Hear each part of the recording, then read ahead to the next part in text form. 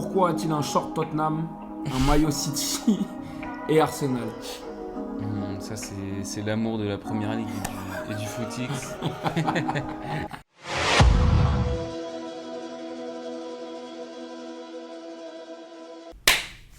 Bonsoir à tous, j'espère que vous allez bien. Voici mon clone. Bonsoir. Aujourd'hui, on se retrouve pour un épisode du format Business Talk. Je devais le tourner avec un invité secret qui sera présent sur la deuxième saison. Et du coup, on s'est dit que pour couronner enfin le 10e épisode, pas comme je l'avais annoncé sur le podcast avec Valdi, j'ai fait appel à mon ref, Comment tu vas? JC, le J. Et on va faire un petit FAQ, questions-réponses, etc. Donc, moi aujourd'hui, je fais rien du tout. Il ne parle pas. Voilà, je reste tranquille. Il va me poser des questions, je vais répondre. Et puis voilà, on est parti mon ref. On est parti. Déjà, ça me fait plaisir que tu m'invites ici. On va commencer tout de suite. Comment tu vas? Comment se passe ta semaine? Comment se passe ma semaine? Tout va bien. Aujourd'hui, on est mercredi. C'est l'enchaînement des semaines fériées. Donc en vrai, on s'entraîne un peu plus, on travaille un peu moins. Il y a le mois de juin qui arrive. C'est le dernier mois où on peut on peut continuer à pousser les trucs pour le business. Après, on sait que juillet, août, ça va être complètement mort. Donc en vrai, on garde quand même un œil sur le business parce que là, il reste 6 semaines. Et dans 6 semaines, ça y est, la France s'arrête pendant 2 mois. Et en vrai, pendant 2 mois et demi jusqu'à mi-septembre.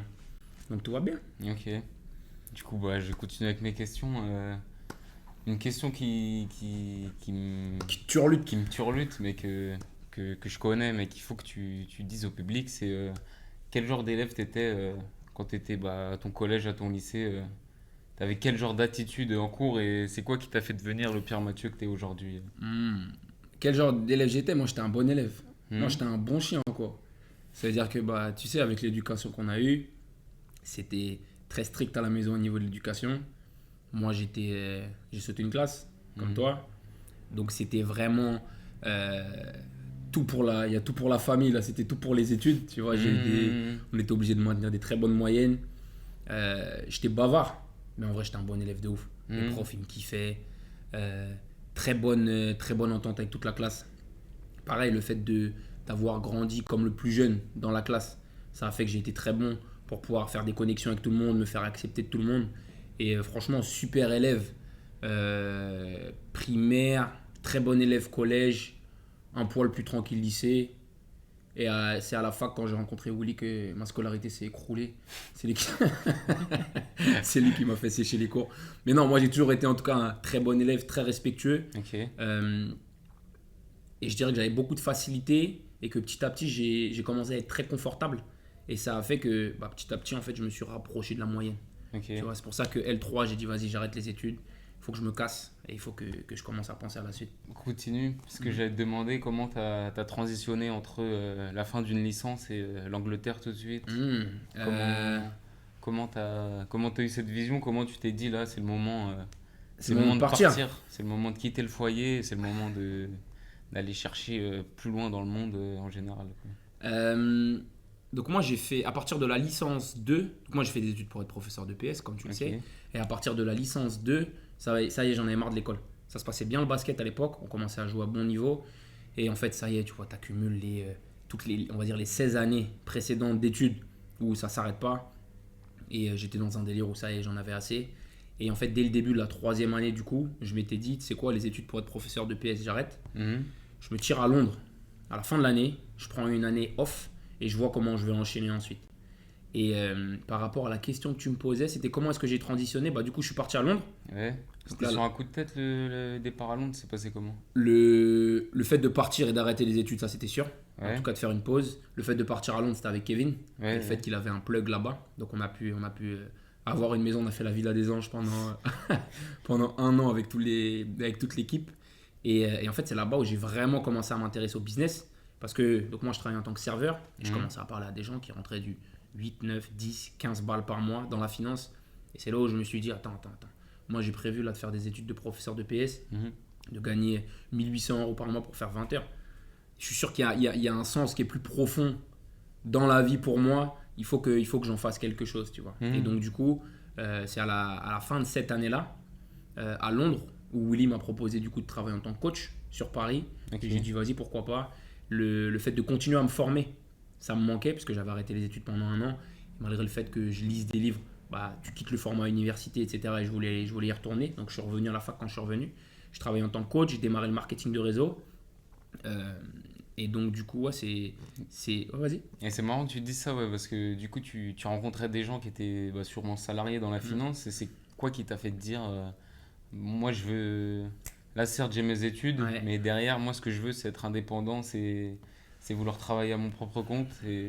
Alors que tu étais face à des gens qui, je pense, avaient fait des très bonnes études, qui C'est avaient ça. peut-être encore des tuition fees à payer, Ouais. qui étaient vachement sollicités. Et maintenant, enfin, tu es plutôt quelqu'un de tranquille dans ta vie. Mhm. Et c'est quoi le déclic qui t'a dit maintenant, je veux plus travailler pour quelqu'un, je veux travailler pour moi.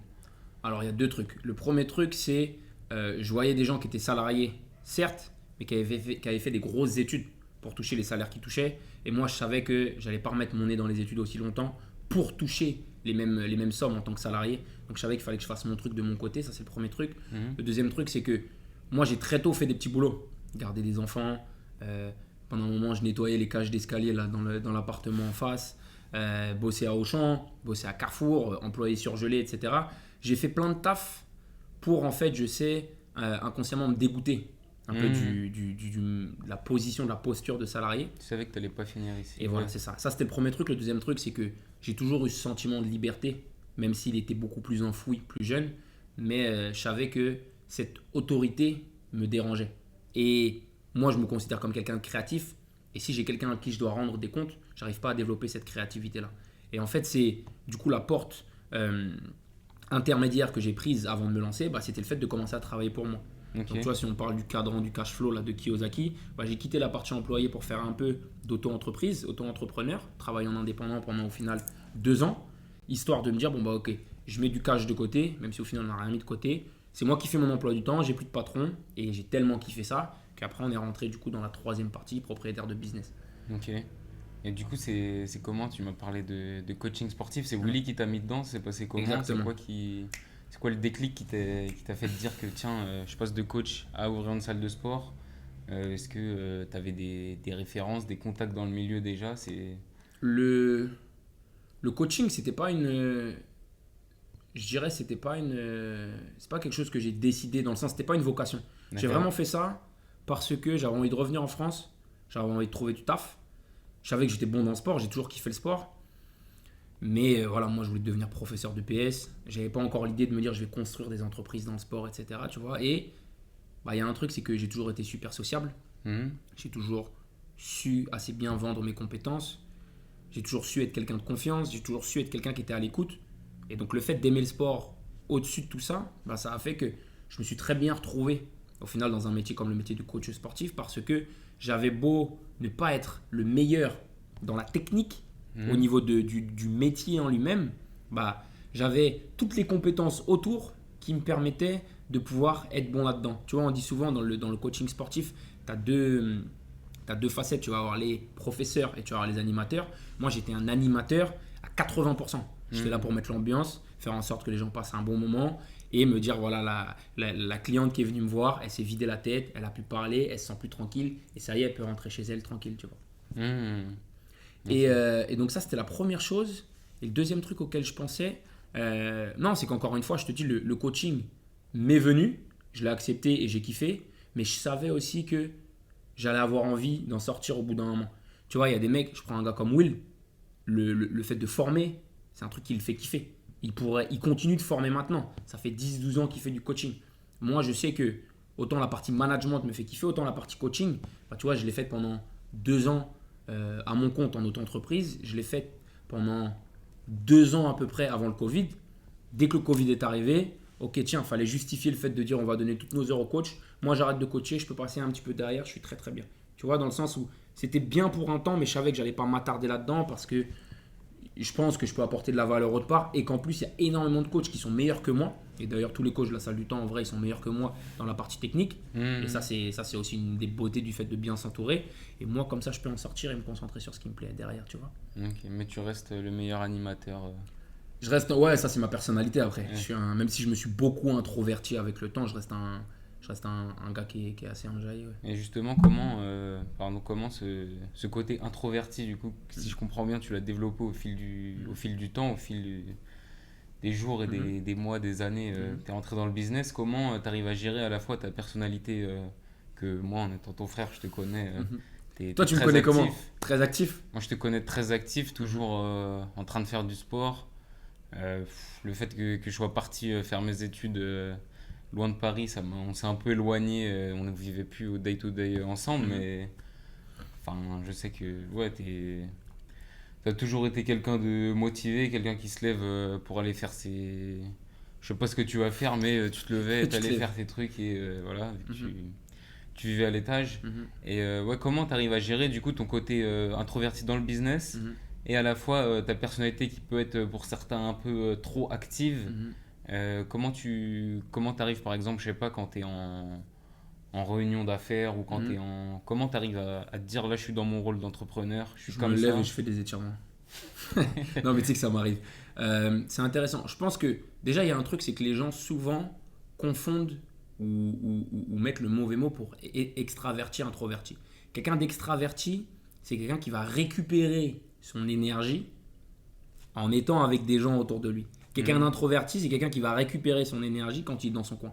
Je dis ça dans le sens où tu peux être une personne qui est très sociable et pour autant, tu sais que tu vas ne le faire qu'un temps parce que c'est quand tu vas être dans ton coin que tu vas récupérer ton énergie. Et moi, je pense que j'ai plutôt ce profil-là. Okay. Tu vois, c'est-à-dire que j'ai aucun mal à aller parler avec des gens, à aller rigoler, etc. Machin, mais autant je sais qu'avant, j'avais cette personnalité où c'est là-dedans que je me sentais bien et que je récupérais du coup de l'énergie et que ça me gonflait à bloc, autant avec le temps, et ben justement, ça a commencé à me prendre de l'énergie et je savais que j'avais besoin derrière d'avoir des phases où moi, j'allais être dans mon coin pour me dire, bah, c'est là où je souffle, c'est là où je médite, c'est là où je planifie.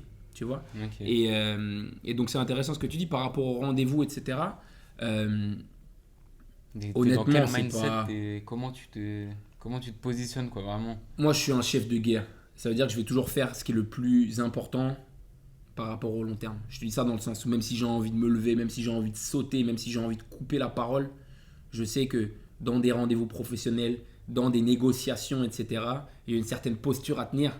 Il y a une certaine image à donner qui va te permettre, toi, de pouvoir justement plus facilement lire la pièce ou lire le jeu de ton adversaire.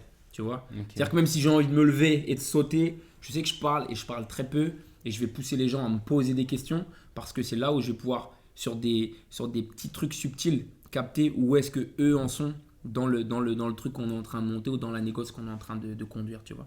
Ok, donc ça fait partie du processus de la vision. Exactement. Ok. Du coup, depuis le temps que je te connais, et comme tu as pu en parler tout à l'heure, tu as rencontré Willy assez tôt, au final, dans ta vie. Tu avais quoi, 16-17 ans quand tu es rentré à la fac? Exactement. Aujourd'hui, tu travailles encore avec lui. C'est quelqu'un qui, je pense, au quotidien compte beaucoup. C'est pas la personne que tu vois forcément le plus, mais c'est quelqu'un avec qui tu travailles, avec qui tu as des projets, avec qui tu partages une vision. Comment t'expliques du coup cette longévité dans votre couple d'entrepreneur, dans votre couple en tant qu'ami, et au-delà de tout ça, peut-être que vous avez d'autres points communs, comment dire, qui vous allient.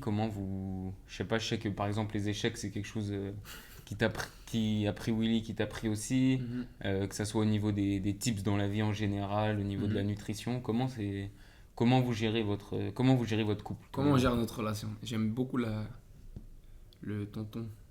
Comment t'es formel? T'es vraiment précis. J'aime tonton bien. Will. J'aime bien tonton. Comment on gère? Donc ouais, Will, on s'est rencontrés 2011 quand je suis arrivé à la fac à Nanterre. Donc ouais, ça fait 2023, ça fait 12 piges. Comment est-ce qu'on gère? J'avais fait une vidéo sur les clés de l'association il y a 2-3 ans. Et c'est marrant parce que je suis retombé dessus il y a 6 mois à peu près.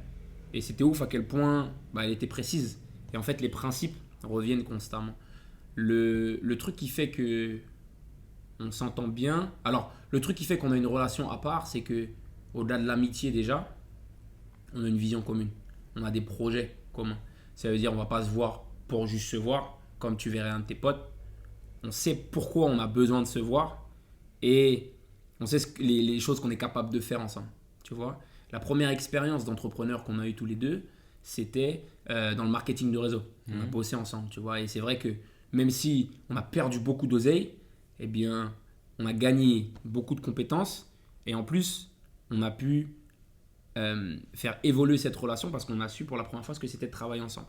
La deuxième relation qu'on avait, c'était qu'on coachait dans la même salle. Comme c'est lui qui m'avait plugué dans une salle à Agnières. Du coup, je voyais comment il travaillait, il voyait comment moi je travaillais, tu vois. Qu'est-ce qui fait que notre relation se passe très bien? C'est qu'on a des intérêts communs. Ça veut dire qu'on sait que on travaille ensemble sur un projet, on sait où est-ce qu'on a envie d'amener ce projet.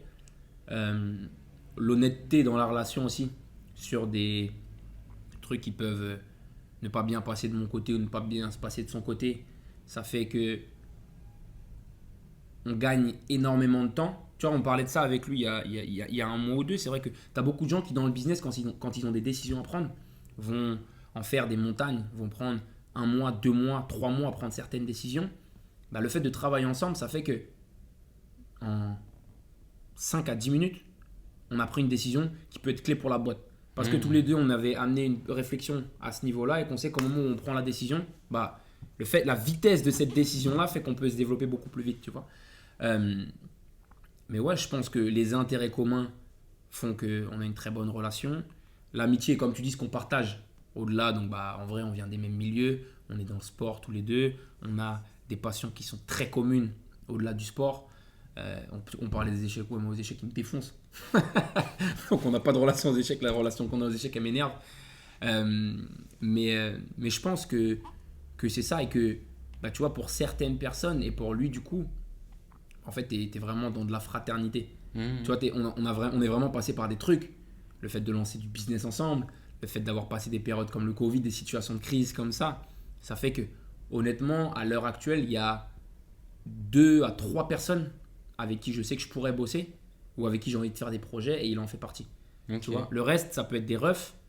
Pour le moment, on n'a pas passé à un stade qui me fait me dire si demain je dois lancer un projet, je lance avec cette personne-là. Je sais qu'à l'heure actuelle, si je dois lancer un projet, je prends Willy et Adi, c'est sûr et certain.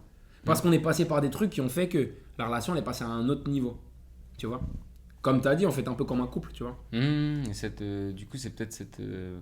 T'as pas peur de prendre des risques avec lui. Exactement. Et ce qui me venait en tête, c'était le fait que bah, vous venez tous deux de familles.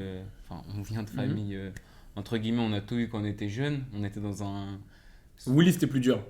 Ouais, c'était peut-être plus dur, mais t'es dans un confort, je veux dire, acceptable. T'as à Mhm. manger, tu dors chez Mhm. toi, tu pars en vacances avec tes parents, etc. Est-ce qu'il y a une envie du fait de venir d'un milieu où tu sais que tu peux aller chercher plus, tu sais pas forcément comment, Mhm. c'est quoi le déclic, c'est quoi le...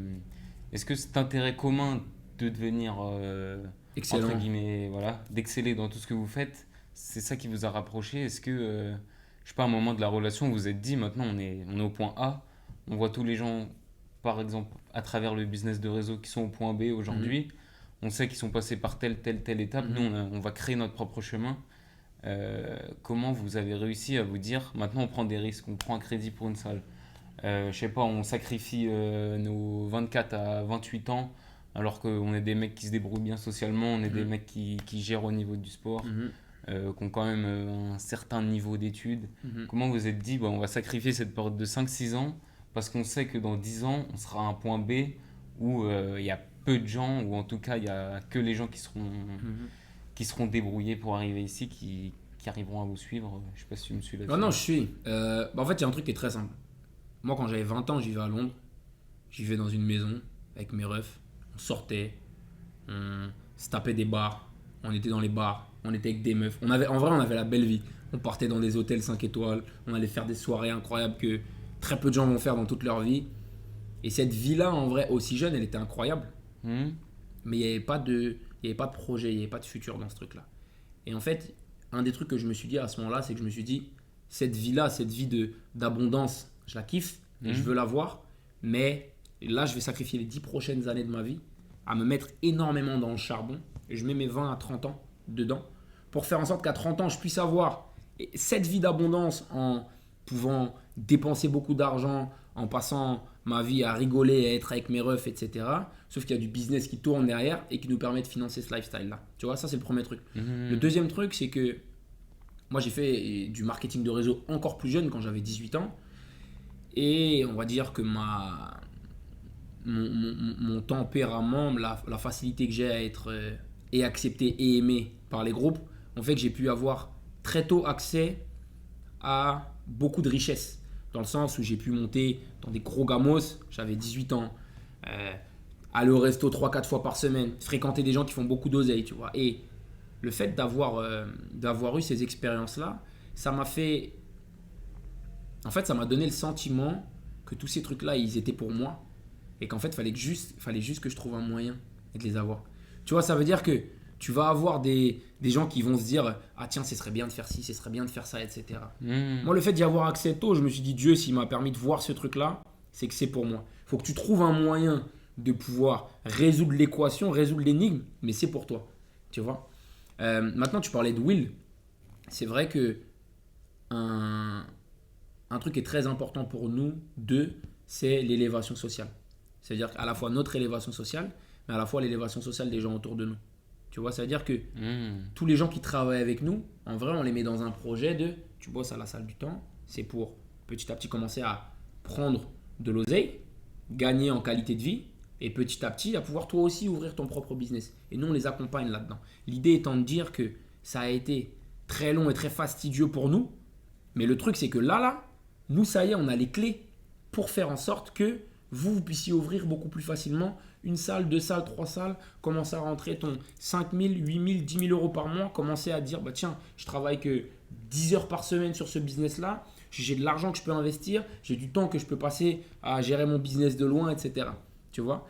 Et par rapport à la vision, il y a un truc que m'a dit Will, et c'est marrant parce que je le reprends vraiment tout le temps, et je pense que c'est là où c'est un des trucs dont tu te rends compte plus tard, mais qui est super important, c'est qu'au moment où je lui ai dit viens on ouvre notre propre salle de sport, parce que ça y est on commençait à être fatigué de bosser pour un gars et qu'on voulait ça y est avoir notre entreprise à nous, il m'a dit ok on le fait, mais si on le fait c'est pour jouer en Champions League. L'idée étant de dire on va pas faire un club, non.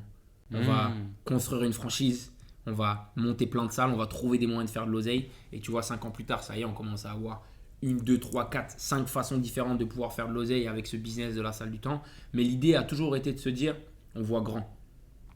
L'appétit vient en mangeant. Donc on ne se disait pas tout de suite, on va ouvrir 20 clubs dans chaque continent, etc. Mais c'était l'idée de dire, viens déjà, on fait une franchise. Parce que de toute façon, le temps qu'on commence à travailler vers ce truc-là, on va avoir des rêves qui vont être encore plus grands par rapport au business, tu vois. Et je ne sais pas si ça a bien répondu.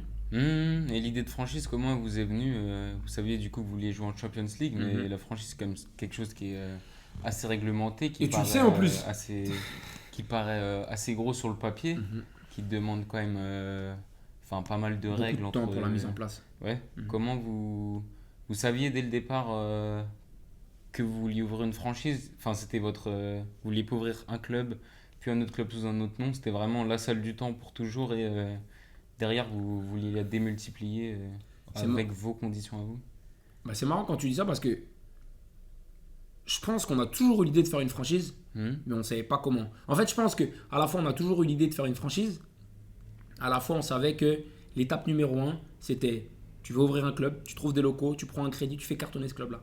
Je dis ça dans le sens où je pense que quand tu m'as donné cet exemple de la Champions League, en fait on s'est compris sans forcément en parler. Et en fait, on a tout de suite mis toute notre énergie sur l'étape numéro 1, qui était justement le fait de dire bah tiens, ça y est, là, il faut qu'on fasse cartonner le premier club. Tu vois mais oui, pour revenir sur la franchise dont tu parlais, une franchise, ça casse les pieds à ouvrir. Encore plus parce qu'on est en France et qu'au niveau des administrations, c'est très long, c'est très complexe. Et c'est pour ça que, par exemple, en France, tu ne peux pas ouvrir une franchise avant 2 ans d'existence, le temps d'avoir des bilans, etc.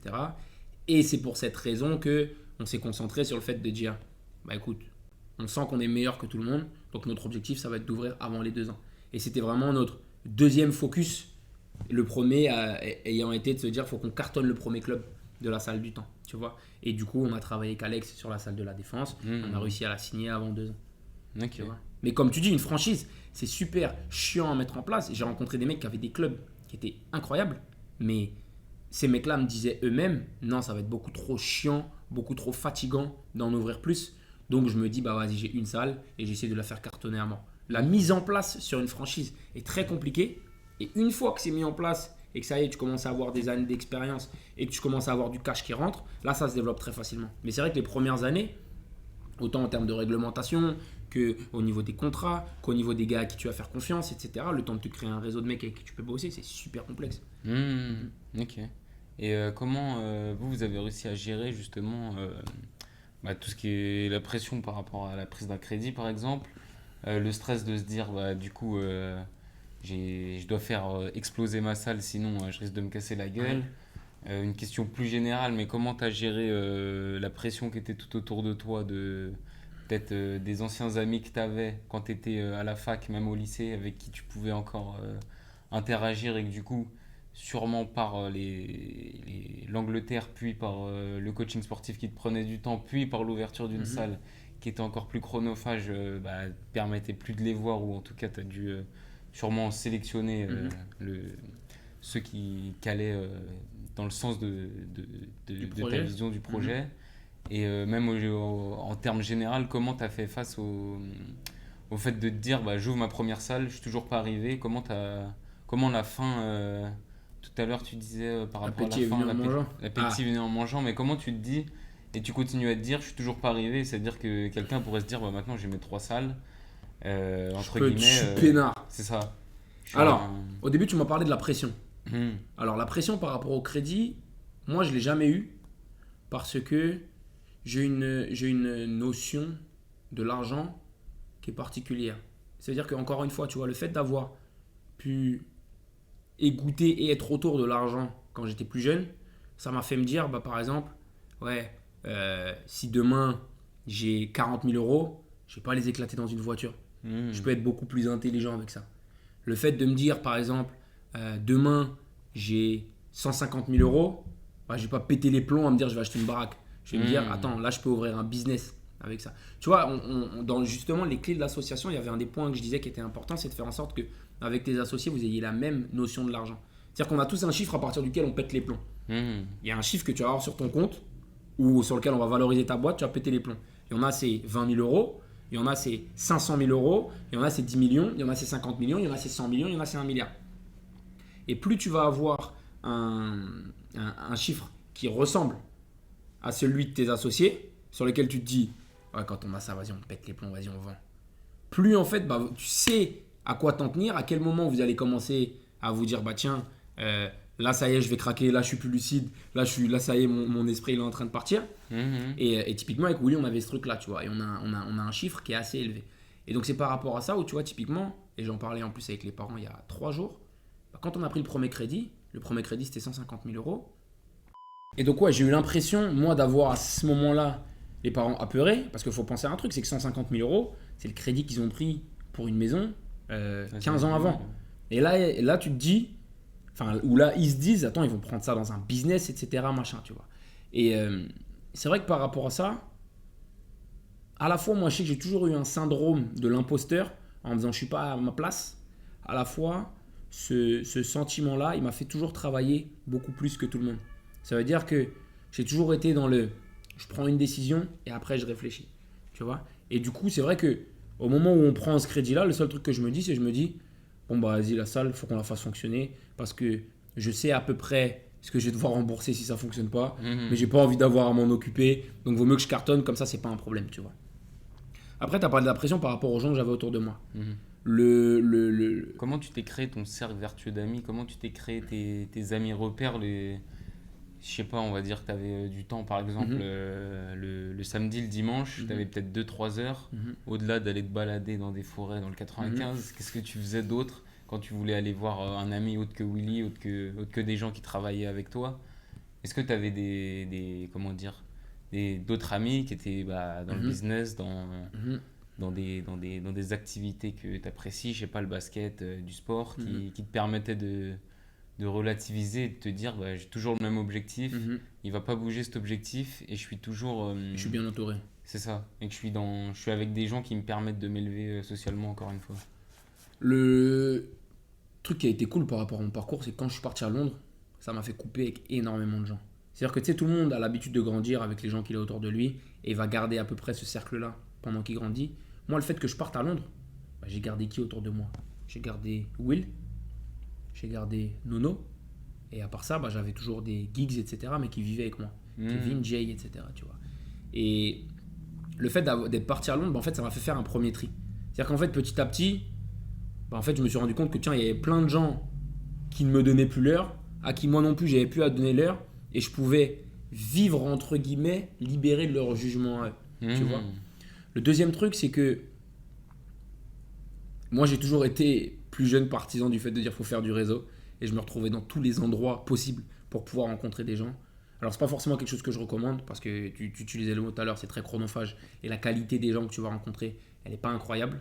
Mais à travers un ami, Maxime Offrand, j'ai pu justement rencontrer des gens comme Didier, qui en fait avec le temps sont devenus des frères d'armes, sont devenus les repères dont tu parlais sur le fait de dire tiens là j'ai une question au niveau du business, est-ce que tu peux m'aider? Parce que à ce moment-là, qui entreprenait, j'avais Will et j'avais lui, tu vois.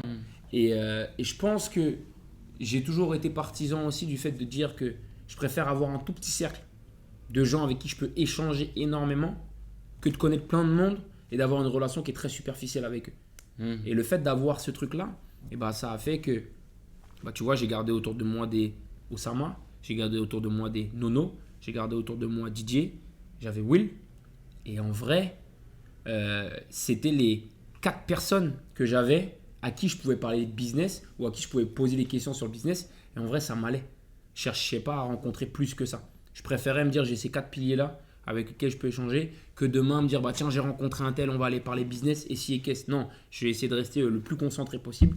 Et du coup, avec ces 4 gars-là, tu vois. Bien sûr, je vois bien. Du coup, de plus en plus, à travers les réseaux, à travers mes amis, je vois des phrases qui reviennent du style, pour arriver à réussir dans la vie, à avoir du succès, il faut réussir à se détacher de son cercle, à s'élever. Je pense que c'est une phrase que depuis que je suis Depuis que tu es mon frère. Depuis que je suis ton frère, depuis que je suis petit, je te vois dire separate to elevate, Ouais, donc exactement. arriver à couper des autres. Au-delà de couper des autres, comment tu arrives à travers, soit que ce soit les réseaux sociaux, tes lectures, à sortir du cadre dans lequel tu as grandi pour aujourd'hui avoir, quand tu lis, quand tu médites, quand tu fais du sport, arriver à aller dans d'autres cercles, des cercles qui sont entre guillemets plus rémunérateurs, des cercles qui te boostent plus et qui vont réussir comment dire, à te faire couper entre guillemets de ta pensée basse pour te faire monter plus haut dans les échelles et arriver à cultiver un esprit de réussite, un esprit de succès auquel, quand tu viens d'une famille où tu as des parents salariés, tu n'es pas forcément incité à sortir de ce cadre qui est plutôt clos. Je pense que tu as compris ma question. Non, c'est une super question.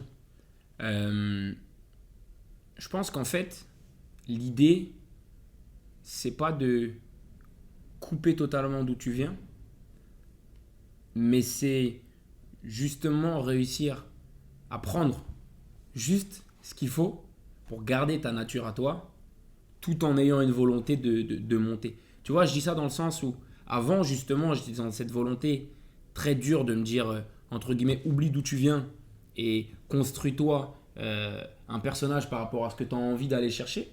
Et je pense que un truc que j'ai fait avec le temps, c'était en fait petit à petit, à chaque fois faire ce lien de ma nature, ma manière de penser, là d'où je viens, et justement m'en servir pour me dire, tiens, par rapport à, oui, comme tu dis, les nouvelles habitudes que je vais prendre, etc., je vais pouvoir implémenter moi à l'intérieur, tu vois. Ça veut dire que moi, par exemple, il y a un truc, c'est qu'en termes d'inspiration, j'ai très rapidement commencé à regarder ce qui se passait aux US ou en Angleterre parce que j'avais des modèles de réussite qui me faisaient me dire, tiens, même si j'attends 10%, ça me permet de sortir de ma condition sociale et d'aller chercher plus. Et l'idée, justement, c'était de me dire que je vais naviguer à l'heure actuelle dans mon cercle à moi, mais je vais me servir justement de ces inspirations-là pour petit à petit me rapprocher de là où j'ai envie d'aller. Comme tu disais, ça peut être des routines comme le sport, comme la méditation, comme les lectures, comme YouTube aussi, qui m'a beaucoup servi. Et qui en fait m'ont permis de petit à petit me rapprocher de ce que je voulais aller chercher. Mais comme je te dis, avant je coupais par rapport à mon cercle en me disant je veux plus ressembler à ça. Et en fait, petit à petit, je me suis rendu compte que non, en fait, ça, c'est moi. Et c'est justement le lien constant entre les deux qui me permet, moi, d'être aligné par rapport à ma nature à moi et en même temps me servir d'inspiration pour pouvoir monter. Ok, et tu parlais notamment de personnalité aux US. Comment tu arrives à faire comment tu arrives à te détacher entre guillemets, du fanatisme si on parle par exemple je sais que tu aimais bien Russell Westbrook à un moment, tu l'aimes toujours d'artistes comme Nipsey Hussle, mais dès que j'étais petit, tu m'avais fait écouter des artistes Kid Ink. Comment tu arrives à prendre ce que tu as besoin chez eux, à aller chercher leur motivation, à la implémenter dans ta vie et dans tes habitudes? Et bah écoute, encore une super question. Et bah j'ai envie de dire, au début, tu fais pas. C'est-à-dire que moi, j'étais un fan de Gary Vaynerchuk et je le mangeais à toutes les sauces. De 2014 à 2017, je pense que j'étais le fan français numéro 1 de Gary Vaynerchuk. C'est-à-dire que je faisais. Il disait faut se lever à 5h30, je me levais à 5h30. Il disait mettez votre réveil encore une demi-heure plus tôt, je me levais à 5h. Encore une demi-heure plus tôt, je me levais à 4h30. J'étais vraiment. Vas-y, dis-moi. Et t'es partisan d'ailleurs de ce gars-là délire de se lever à 5h du matin, à 4h30. Je pense que c'est très bien parce que ça te permet de comprendre des trucs, mais qu'il faut être concentré par rapport à ce que tu veux. C'est-à-dire qu'à l'heure actuelle, par exemple, un business comme la salle du temps, ça me prend 2 heures par jour. Si je me levais à 4 heures, je serais idiot. Tu vois ce que je veux dire? J'ai aucun besoin de le faire. Tu vois, à l'heure actuelle, je fais beaucoup de sport, par exemple. Je sais que j'ai besoin de mes 7 à 8 heures. Je me couche à minuit, je me réveille à 8 heures et ça me va très bien. Par contre, le fait de l'avoir fait, d'une part, tu sais que tu es capable de le faire. Donc, en termes d'estime de toi, de confiance en toi, bah, tu es capable de te dire j'ai fait ce truc-là, je sais que c'était important pour moi, par exemple, à l'époque. Ça te permet de comprendre aussi comment ton corps il fonctionne. Ça te permet toi aussi de pouvoir te câbler par rapport à une certaine fréquence. C'est-à-dire qu'à ce moment-là, bah, je me sentais quinri dans la mentalité et c'est ce qui, je pense, m'a permis aussi de casser certaines barrières. Le fait d'aller chercher des crédits, d'aller chercher des locaux, de faire j'avais 40-45 clients par semaine quand je faisais du coaching, etc. Parce que j'étais dans cette mentalité américaine, tu vois. Mais qu'avec le temps, bah, comme pour finir la boucle par rapport à ce que tu disais, bah, justement, je me suis détaché du fanatisme. Et ça, je me rappelle, c'est une réflexion que j'avais à Los Angeles en 2017. Et en fait, je me disais, j'ai différentes sources d'inspiration à l'heure actuelle. Qu'est-ce qui se passe? Qui est-ce que je suis? Et en fait, petit à petit, ce que j'ai appris à faire, c'était à comprendre que chacune de ces personnes-là m'inspirait parce qu'il y a un truc qui résonnait en moi quand je les regardais. Un Gary Vaynerchuk, par exemple, c'était par rapport à la mentalité du long terme. À l'époque, un gars comme Sao Nelson, j'aimais énormément l'attitude qu'il avait par rapport à sa communauté, sur le fait d'être très disponible. Un mec comme Westbrook, par exemple, je me rappelle que j'aimais beaucoup par rapport au sens qu'il avait de défendre sa famille. Sur le terrain, tu touchais un joueur d'Oklahoma, il sautait sur tout le monde, tu vois. Il y avait qui? Il y avait ces différents modèles-là qui me faisaient kiffer à chaque fois pour une partie en particulier. Et en fait, petit à petit, j'ai simplement du coup réussi, grâce à ça, à me détacher du personnage en lui-même pour me concentrer sur, ok, en fait, cette valeur, elle est importante pour moi. Et du coup, c'est cette valeur que je vais chercher à développer plus qu'à me dire, tiens, je mange 2 heures de Gary Vaynerchuk par jour, il faut que j'arrive à en manger 3. Tu vois? Ok. Et une autre question qui me vient à l'esprit, c'est comment, du coup, tu as réussi à générer cette confiance en toi que moi, j'ai vu petit à petit se créer chez toi, parce que on vient de la même famille. Je pense que on a chacun, la confiance en soi, c'est un tout. Et comment tu as réussi, justement, échec après échec, succès après succès, à cultiver cette confiance, à savoir que, donner un sens à ton business, à ta vie, et savoir qu'aujourd'hui, tu es quelqu'un qui a des habitudes, qui se respecte, qui développe des valeurs, des principes. Comment t'as géré petit à petit cette venue de confiance et,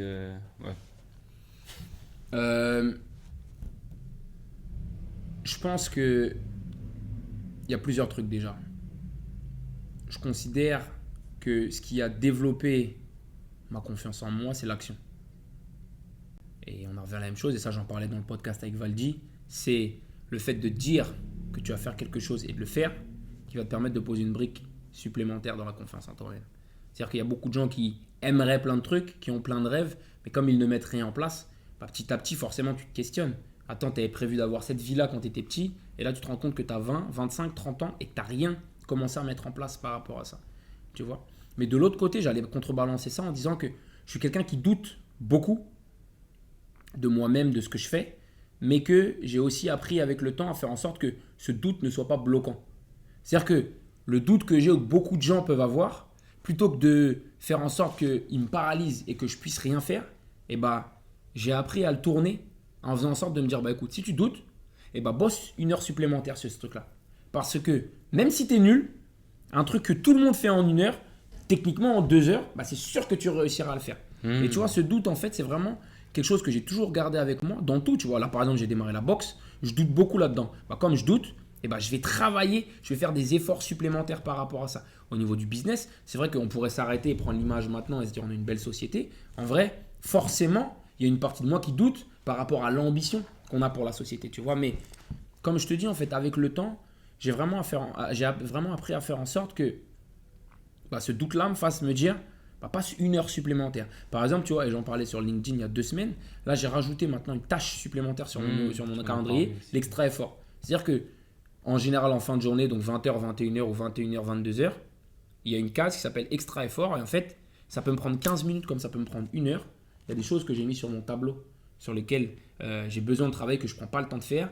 Il y a des choses que je repousse constamment. Il y a des choses que je fais tous les jours, pareil, sur lesquelles je pense que je peux travailler encore plus. Et ben, je prends cette heure-là supplémentaire pour justement continuer à avancer ou peut-être je me dis quand je suis en train de t'en parler, petit à petit éliminer ce doute que je peux avoir potentiel par rapport à ma réussite future. Tu vois. Donc l'idée c'est que je peux avoir un front qui a énormément de confiance, etc. Et de toute façon c'est très bien parce que c'est ce que j'aime afficher. Tu vois, tu ferais difficilement du business avec un gars où tu te dis il n'est pas sûr de lui. Bah oui c'est vrai, c'est le front que je donne, mais du coup pour être capable de poser cette image-là, je sais que j'ai peut-être besoin de faire plus d'efforts que les autres. C'est pas grave en soi, je me dis bah je suis peut-être pas talentueux là-dedans, mais je sais que le fait de travailler pour ce truc-là, je peux avoir les mêmes résultats. Donc si j'ai besoin de travailler un peu plus, j'ai besoin de travailler un peu plus, c'est rien. Il y a des gens qui le captent en 10 minutes, ça me prend 1 heure, ça me prend 1 heure. Il y a d'autres trucs dans lesquels je suis bon, sur lesquels je compense, et par rapport à ces trucs-là, je mets des efforts supplémentaires. Ok. Et ça, c'est une routine du coup que tu as pris dernièrement. Ouais, ça fait 2 semaines à peu près, extra effort. Et extra effort, ça peut être, tu vois, là j'ai acheté une formation par exemple il y a 2 semaines. Je la repoussais et ben, je me suis dit, vas-y, celle-là, je me la torche. Donc, par exemple, mon extra effort la semaine dernière, c'était ça. Tu vois, là, par exemple, il y avait ce podcast que je voulais faire depuis un moment. Et ben, tiens, je me suis dit, vas-y, je le mets en place. L'extra effort, ça peut être du montage vidéo qui va me permettre de faire en sorte que le lendemain, j'ai pas du tout à toucher à mon ordinateur et je peux me mettre dans d'autres choses où je peux chill parce que je sais que cet extra effort d'1 heure supplémentaire la veille me permet de passer une journée où je peux être au repos complet le lendemain. Tu vois. Ok. Ah, parfait.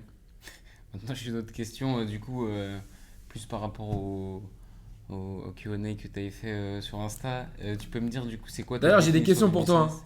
Ah ouais, bon, on verra ça après. C'est quoi ma définition du C'est quoi ta business? définition du business? C'est quoi ma définition du business? C'est l'ami Gwendal qui a posé cette question-là. Et en fait, j'ai pas forcément compris ce qu'il y avait dans la question. Mais c'est quoi la définition du business? En vrai, pour moi, un business, c'est un projet que tu mets en place qui te permet de générer de l'oseille. Par exemple, moi, j'ai du mal avec ce terme d'entrepreneur. Parce que pour moi, il y a plein d'entrepreneurs maintenant, c'est devenu le mot à la mode. Mais en fait, tu te rends compte surtout qu'il y a plein de porteurs de projets qui n'arrivent pas à faire d'oseille avec leur projet. C'est pour ça que je me considère plus comme un propriétaire de business ou un chef d'entreprise. C'est-à-dire que j'ai une société à l'heure actuelle où j'ai pu déléguer une partie des tâches qui, chaque mois, génère du profit et qui est rentable. Tu vois, donc le business, pour moi, c'est un projet que tu vas mener tout seul ou à plusieurs, qui va te permettre de générer du cash et qui va te permettre surtout de petit à petit faire en sorte qu'avec ce cash-là, tu puisses diversifier et partir dans un cercle vertueux d'autres activités. Ça, c'est le premier truc. Le deuxième truc, si on reprend le cadran cash flow dont on parlait au tout début, bah, c'est le fait de dire que c'est des efforts que tu vas générer pour pouvoir gagner de l'argent. Mais sur un format où du coup, il y a une partie des tâches qui est déléguée. Pas comme quand tu es auto-entrepreneur, tu vois. Je vois très bien. Ok. Merci de la réponse. Avec plaisir, Gwendal. Ta question. Hein. J'ai d'autres questions du coup. Pardon. T'es quelqu'un qui a des habitudes, t'es quelqu'un que moi je connais qui a beaucoup de réveils et les gens qui te suivent attentivement savent que t'as beaucoup de réveils. C'est quoi les différents facteurs qui te permettent au quotidien de te motiver à travailler de mettre en place une discipline dans ta vie et dans ton business, Mhm. dans tous les aspects de ta vie. C'est quoi les mots-clés et les méthodes que tu appliques si tu as des... Mes facteurs de motivation, moi, ma motivation principale, c'est la liberté. Le fait de pouvoir être de plus en plus libre. Ça veut dire que je pense que cette variable-là, elle est présente dans chacune de mes décisions, consciemment ou inconsciemment, elle fait partie de moi. C'est-à-dire que demain, par exemple, me remettre dans un projet qui peut me générer beaucoup d'argent, si ça me demande d'un coup beaucoup de temps, etc., machin, et que je dois commencer à rendre des comptes, etc., je peux dire, ouais, vas-y les refs, je passe. Hmm, Tu vois. Donc je pense que mon facteur de motivation principal, c'est ça, c'est la liberté. En deux, je pensais aussi à l'élévation sociale, comme on parlait pour la salle du temps. hmm, Euh, En trois, je pense que c'est le partage. Tu vois, ça veut dire que je suis quelqu'un qui adore les expériences. Et le fait de, par exemple, à l'heure actuelle, avec la salle du temps, pouvoir vivre le business avec 80-90% des gens qui sont des gens que je connais à la base et que je vois évoluer et avec qui je travaille, c'est vraiment mon plaisir à moi. Tu vois, moi j'ai toujours dit, je pensais que je ferais beaucoup d'argent beaucoup plus vite, mais je pensais que j'aurais du temps beaucoup moins vite. Je pensais avoir le temps que j'ai à l'heure actuelle à peut-être 35-40 ans, je l'ai déjà disponible maintenant. Mais il y a ce truc de le fait de pouvoir partager tous les jours ce temps-là avec les gens que je connais et les voir progresser. Moi, je sais que c'est vraiment une de mes plus grosses satisfactions. Tout à l'heure, tu me parlais de la discipline, les premiers souvenirs de discipline. hmm. À quel moment, au-delà du sport, dans un côté financier et Mhm. au-delà du salariat, tu t'es dit, bah, aujourd'hui je me lève pour moi parce que j'ai envie d'arriver là où je veux arriver et j'ai besoin de mettre mon réveil à 6 heures et Ah, de le mettre pendant 2 ans. Là, je vais pas le tenir 3 mois comme d'habitude. Là, pendant 2 ans, je vais devoir être concentré. je pense que, en fait, on en revient à la même chose, c'est que je pourrais pas faire autre chose. C'est-à-dire que même si demain, la salle du temps, il se passait quoi que ce soit, et ça se scratchait, je prendrais 2 semaines de vacances et je repartirais sur un nouveau projet. Tu vois ce que je veux dire? C'est-à-dire que de la même façon que ça va être facile pour des gens de se dire, je me lève, je fais mon 9h-17h, je travaille, etc., ça fait partie de moi. Moi, je sais que c'est vraiment cette volonté, cette quête, je dirais même, de reconnaissance qui me fait kiffer. Dans l'idée de dire, avant de prouver à tout le monde que je peux le faire, j'ai envie de me prouver à moi-même que je peux le faire. Parce Hmm. que des têtes que je respecte l'ont fait et que je sais que je suis aussi bon qu'eux profondément. Même s'ils ont plus prouvé, je sais qu'à l'intérieur, je sais que mon cœur, il est aussi fort qu'eux. Tu vois, et Hmm. je pense que ouais, c'est cette quête d'une part de nouvelles expériences à travers le business, d'autre part de reconnaissance par rapport à moi-même et par rapport au monde qui me déterre en fait, qui me Hmm. garde concentré, qui me garde discipliné. Tu vois. Et la troisième chose, je dirais, comme on disait tout à l'heure, la notion de liberté. Et le fait de dire je sais pourquoi je le fais, je sais vers quoi ça m'emmène, je sais comme j'avais dit tout à l'heure que j'avais envie de mettre par exemple mes 20 à 30 ans déjà sur un premier chapitre pour pouvoir créer un business qui fonctionne et qui va être valorisé à 7-8 chiffres et voir comment j'allais enchaîner après. Ok. Et quand tu parles du monde, justement, t'as cette notion au fond de toi qui te dit que plus tu vas donner, plus tu vas te donner, plus on va te Je rendre. vais recevoir. Avant, je l'avais beaucoup. D'attraction, je sais pas Ouais, je comment vois. on Avant, appelle. je l'avais beaucoup ce truc-là. Et en fait, avec le temps, je me suis rendu compte que ça me faisait juste plaisir de donner. C'est-à-dire même des gens avec qui je ne vais pas avoir forcément d'intérêt financier, le fait de me dire que j'ai pu atteindre quelque chose, on part tous du même endroit. J'ai pu réussir à atteindre quelque chose, à avoir quelque chose. Le fait de pouvoir le partager et de permettre à un mec de faire en sorte que son projet il passe de A à B grâce à ça, même si j'ai pas d'intérêt financier là-dedans, ça me fait kiffer. Tu Hmm. vois. Donc il y a une C'est espèce d'attraction le fait de donner inconsciemment. Mais en fait, si on va plus loin que ça, je dirais, c'est sûr que le fait de faire ça, forcément, ça te construit une réputation et que sur le long terme, tu manges grâce à ça. Mais c'est vrai que le simple fait, moi, de pouvoir résoudre un casse-tête et de pouvoir permettre le donner, j'arrive pas à faire ma phrase, Donner des clés. pouvoir permettre à quelqu'un, C'était pas compliqué pourtant. De pouvoir y arriver grâce à cette résolution-là, je trouve ça trop stylé. Tu vois, en vrai, c'est une des raisons, j'en parlais avec papa il y a 3 jours, c'est une des raisons pour lesquelles, par exemple, je fais le podcast. Tu vois, c'est pour me dire, demain, il m'arrive quelque chose, que Dieu me préserve. Beaucoup de choses que j'ai dans la tête, eh ben, j'ai pu les partager. Tu vois ce que je veux dire? Et ça, en vrai, c'est un plaisir. Demain, il m'arrive quelque chose et il y a 80-90% de mon cerveau que je n'ai pas partagé, je serais triste, je me dirais putain, c'est dommage. Tout ce que j'ai lu, les gens que j'ai rencontrés, les inspirations que j'ai eues, ce que j'ai produit, je n'ai pas été capable de le partager. Je trouve que c'est du savoir qui part à la poubelle. Alors que le fait de le partager sur une plateforme, même si la plateforme elle n'a pas 100K, elle n'a pas 100 000 subscribers, au moins moi je sais que mon job à moi, je l'ai fait, mon empreinte à moi, à mon échelle, je l'ai donné. Tu vois? Ok. Que cette notion de blueprint de malade. À laisser sur Exactement. Le monde et sur... 100%. Le fait d'impacter, ouais. À notre niveau et aussi impacter avec nos codes à nous. Tu vois? Oui, tu peux suivre le blueprint des mecs aux States. Bah, j'ai vendu, j'ai réussi à pas finir en prison. Grâce à ça, j'ai fait de l'oseille et puis j'ai réussi à faire du légal. Ça me ressemble pas. Je suis pas comme ça, tu vois. On a bien grandi, on a grandi dans un bon milieu. Qu'est-ce que je vais me faire chier à copier ce blueprint-là, tu vois? Viens, on essaye de faire un autre sauce. Et en vrai, je suis très content parce que je pense que par rapport aux gens autour de nous, bah, je pense qu'on est... on fait partie du groupe des mecs qu'on fait le plus. Et ça, même si demain ça s'arrête, on pourra pas nous l'enlever. Tu vois? Je vois très bien.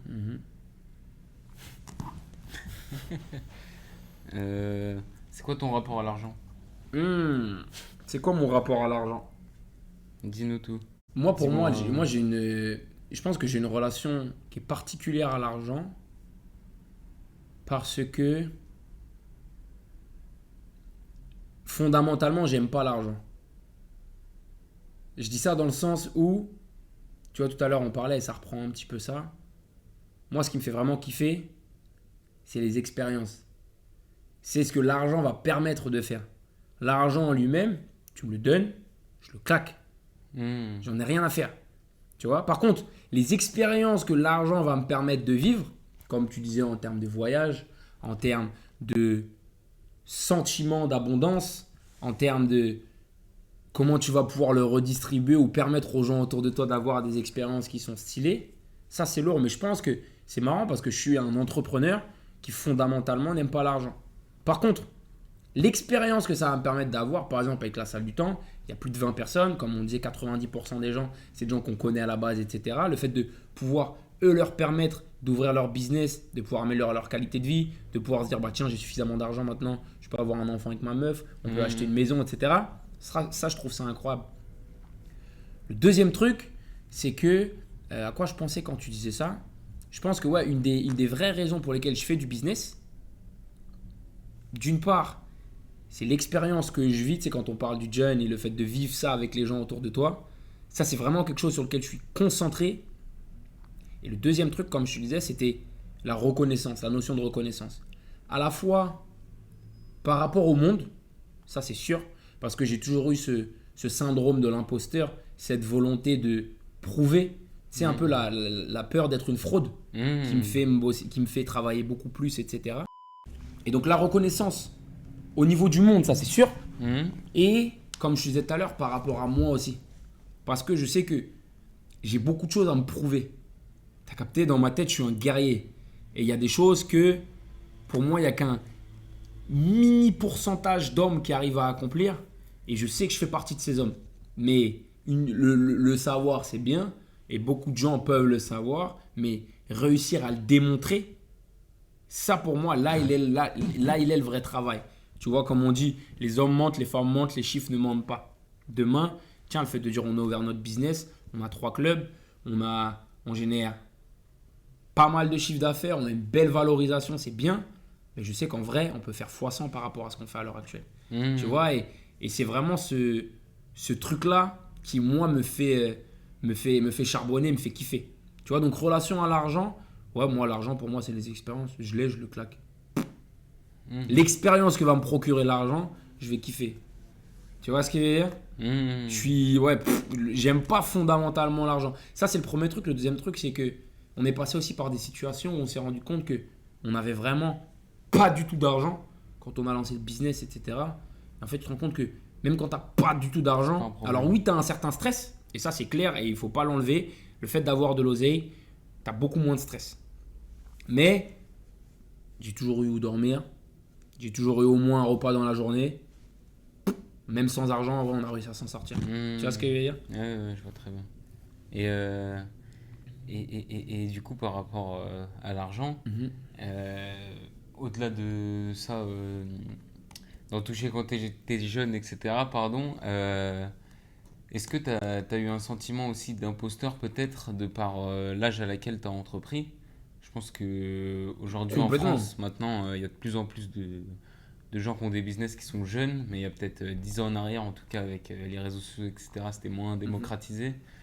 Est-ce que ça t'a gêné, bah, par exemple, quand tu allais voir les banques, même quand on parlait autour de toi, on ne te prenait pas forcément au sérieux parce que tu pouvais rencontrer des gens qui étaient au même stade que toi, mais qui avaient peut-être 40-45 ans, qui pensaient Mhm. savoir plus de choses. À ce moment-là, ils avaient peut-être vécu plus d'expériences personnelles, mais pas forcément au niveau du business. Ça, c'est vrai, ça. Comment ton âge, ça a pu faire ta force et comment, peut-être dans un premier temps, c'était une barrière que tu as réussi à casser au fil du temps? Je pense que c'est l'âge, c'est une barrière, mais c'est une barrière qui est superficielle. Ça veut dire que, comme tu dis, on est arrivé à la banque, j'avais 23 ans. Les banquiers vont avoir 35-40 ans. Tu vas leur poser un projet où tu vas avoir besoin de 150 000, 200 000 euros. Ils vont dire, mon coco, qu'est-ce que tu me fais?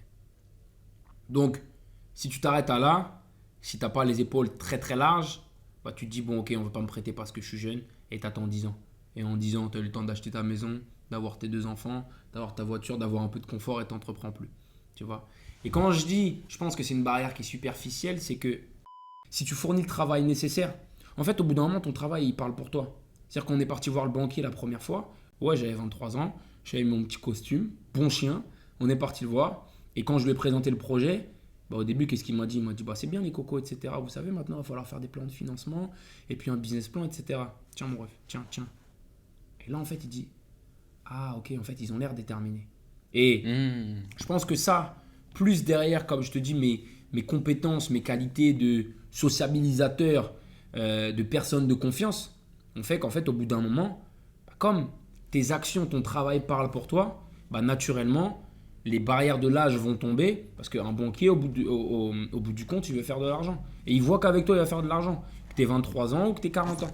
Tu vois? Hmm. Et, euh, et après, j'ai envie de te dire, au-delà de ça, ce syndrome de l'imposteur, bah, je l'ai toujours eu. Tu vois, j'ai toujours été le plus jeune dans les classes avec 1 an, 2 ans d'avance. Je me suis mis dans le coaching alors que c'était pas ma formation de base. On s'est lancé dans le business. On avait 23 ans. Tu vois ce que je veux dire? Donc en fait, je pense que ouais, c'est quelque chose avec lequel, dans tous les cas, tu apprends à grandir, ça fait partie de toi. Et au bout d'un moment aussi, les patterns sont les Hmm. mêmes. Et tu sais, du coup, petit à petit, comment les passer parce que bah, tu es armé, as vécu ces situations-là déjà, tu vois. Ouais, le fait que dans toute nouvelle opportunité qui s'offre à toi, quand tu as de l'ambition, Mhm. forcément, tu auras un moment, Bien sûr. une remise en question qui est évidente par ton manque d'expérience. Dans tous les cas, ça, et le deuxième truc, c'est que je pense que comme j'ai toujours aussi très bien su m'entourer, et ben en fait, au bout d'un moment, tu vas savoir comment actionner les bons leviers pour faire en sorte que des freins potentiels comme l'âge puissent au bout d'un moment être enlevés parce que tu sais quelle personne placer ou avec quelle personne travailler au bon endroit. Tu Hmm. vois? Je vois carrément ce que tu veux Mhm. dire. Et, Carrément dans le truc, mec. carrément. Et j'ai une autre question du coup, c'est comment bah, toi au quotidien t'organises tes journées à la salle du temps? À la salle du temps. Ouais. Euh, Comment tu structures une journée, la journée typique la des... journée typique de Pierrot. Je me réveille à 8 heures. Allez, disons 8h30, je traîne un peu. Je prends une demi-heure pour me préparer. Je me fais beau gosse. Je prends mon petit déj. Je m'habille. Je mets de la crème. Je mets de l'huile dans ma barbe. 9h, 11h, je bosse sur la salle du temps. Moi, mon travail à l'heure actuelle, par exemple, c'est de bosser avec les franchisés. C'est les franchisés, mes clients. Donc, Hmm. les calls que je vais avoir le matin, ça va être avec mes associés. Et derrière, ça va être avec les franchisés. Est-ce qu'ils ont besoin de quelque chose? Est-ce qu'il y a des trucs sur lesquels ils sont légers? Euh, Est-ce que je peux les aider sur certains points, tu vois? Et en général, je vais faire de 9h à 11h là-dessus.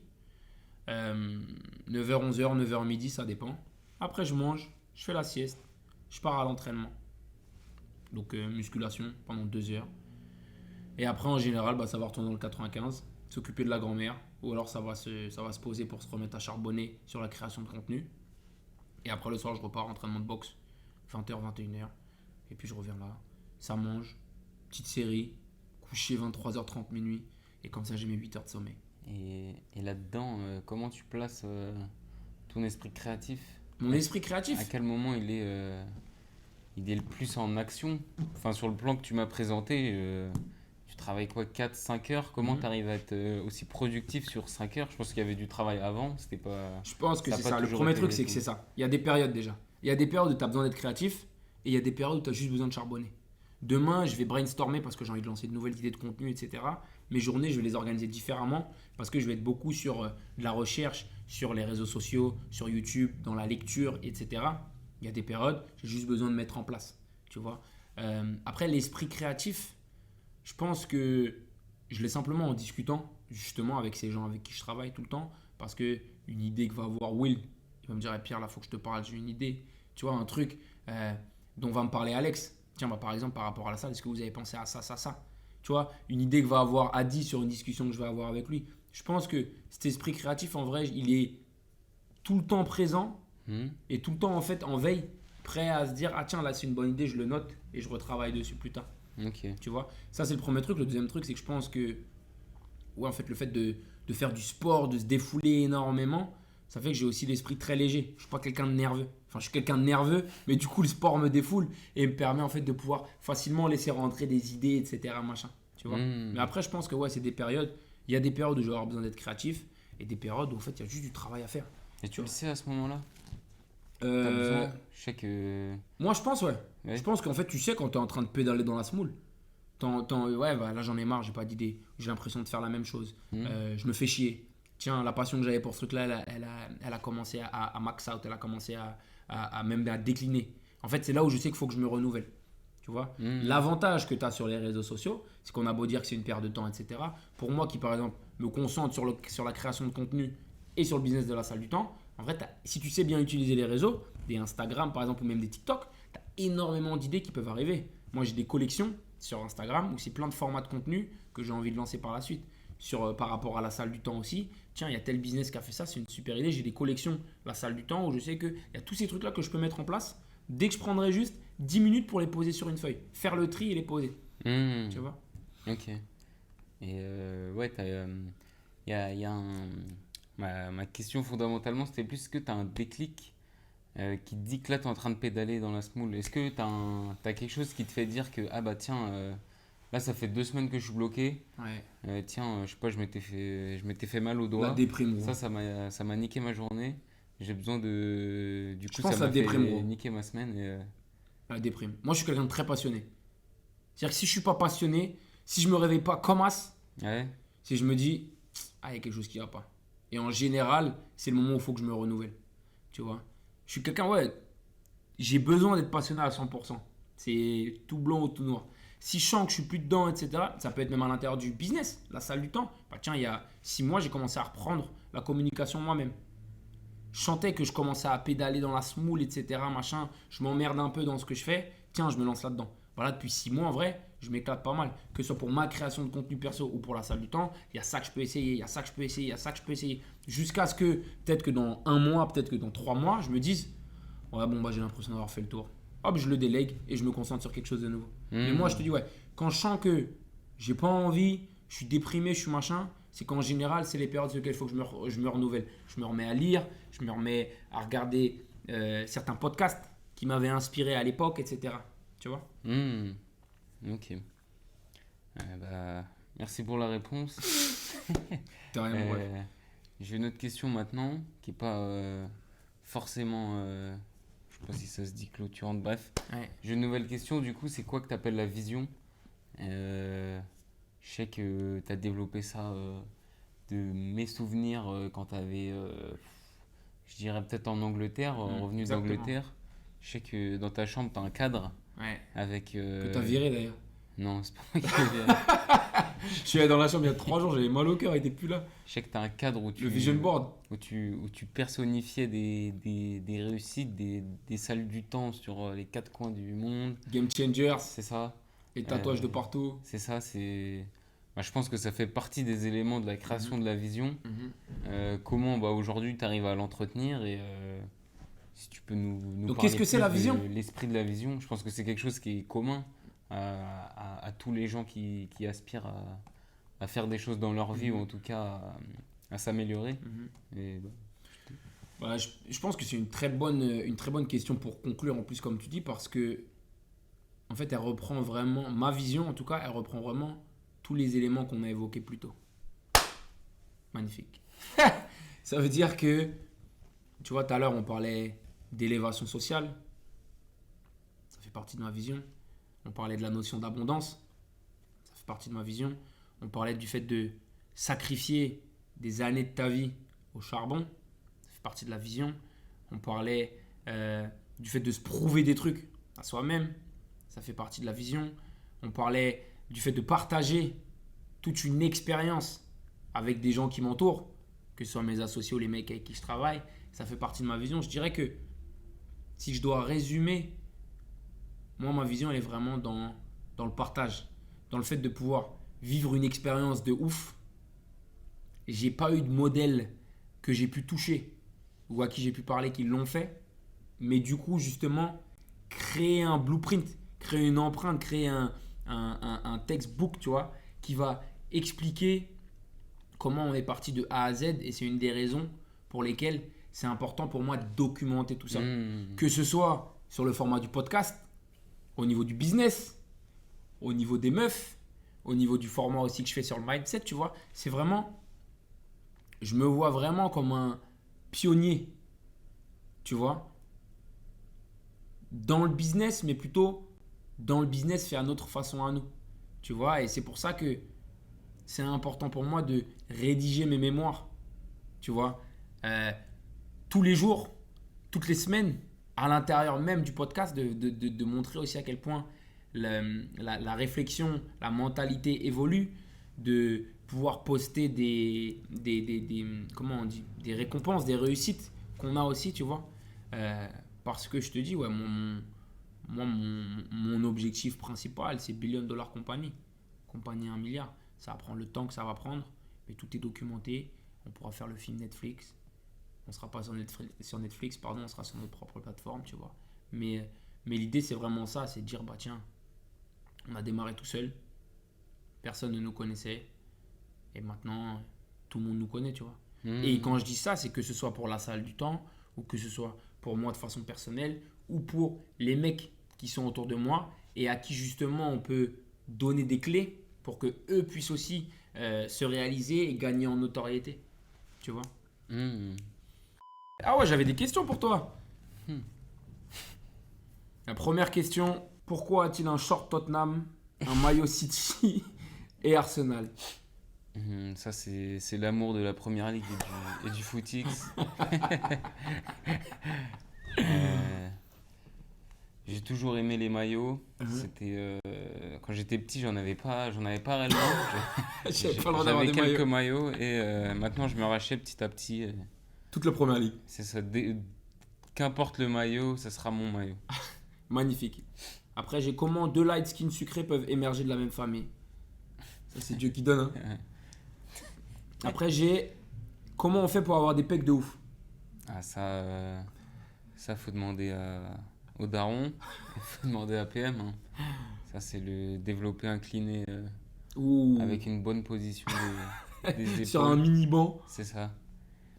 Comment on dit? Bon, bah écoute, t'as répondu aux 3 questions. Merci. Mon ref, c'était un plaisir. Merci beaucoup. J'espère que vous avez kiffé la vidéo. N'hésitez pas à liker, commenter, partager. Posez vos questions dans les commentaires. Et puis on est ensemble. Peace.